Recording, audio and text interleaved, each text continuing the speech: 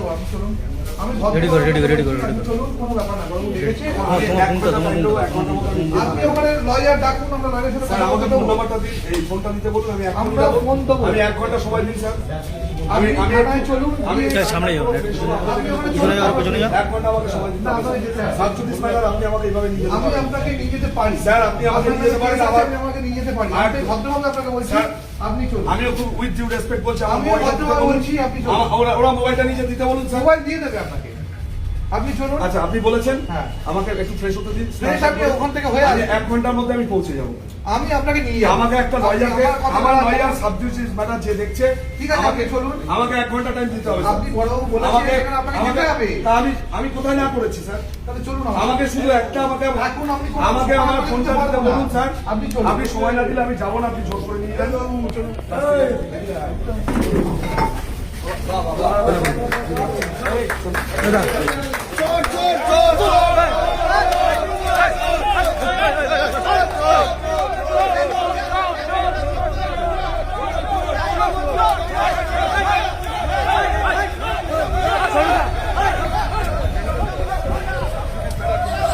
বরুণ দা আপনাকে ধরে নিয়ে যাচ্ছে, বরুণ দা কি বলবে? আমি কিছু বলবো না, সাবজুডিস ম্যাটার। হ্যাঁ কেন ধরে নিয়ে যাচ্ছে? কেন বরুণ কেন ধরে নিয়ে যাচ্ছে? বরুণ দা কেন ধরে নিয়ে যাচ্ছে? বরুণ দা কেন তুলছে? বরুণ দা কেন তুললে? বরুণ দা কেন তুললে কি বলবে? কিছু বলবো না, সাবজুডিস ম্যাটার।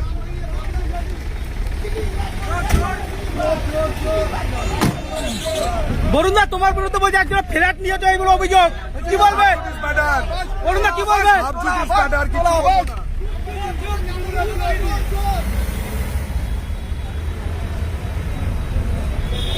এই ডিম ছোড়া কালচারটা অত্যন্ত খারাপ, আপত্তিকর। কারণ আপনি কাকে মারছেন? একটা যে নিরস্ত্র তাকে এসে একটা ডিম ছোড়া, এই দেখিয়ে তো কোনো বিরক্ত হতে পারে না।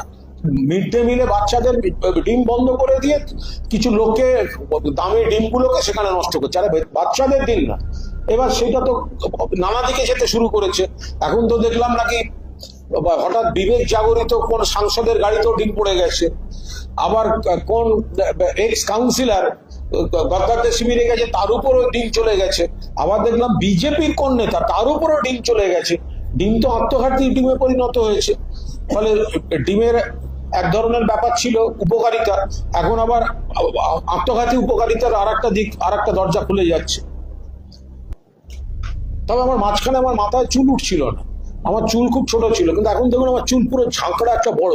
এটা কিন্তু ডিমটা যেদিন আমার লেগেছিল, আমার চুলে কিন্তু একটা বেশ একটা পজিটিভ এফেক্ট, যে মানে শ্যাম্পু ট্যাম্পুর থেকে আমি দেখলাম আমার ডিমটার একটা বেশ ভালো এফেক্ট। এখন কতটা চুল আবার দেখুন আবার কাটতে হবে।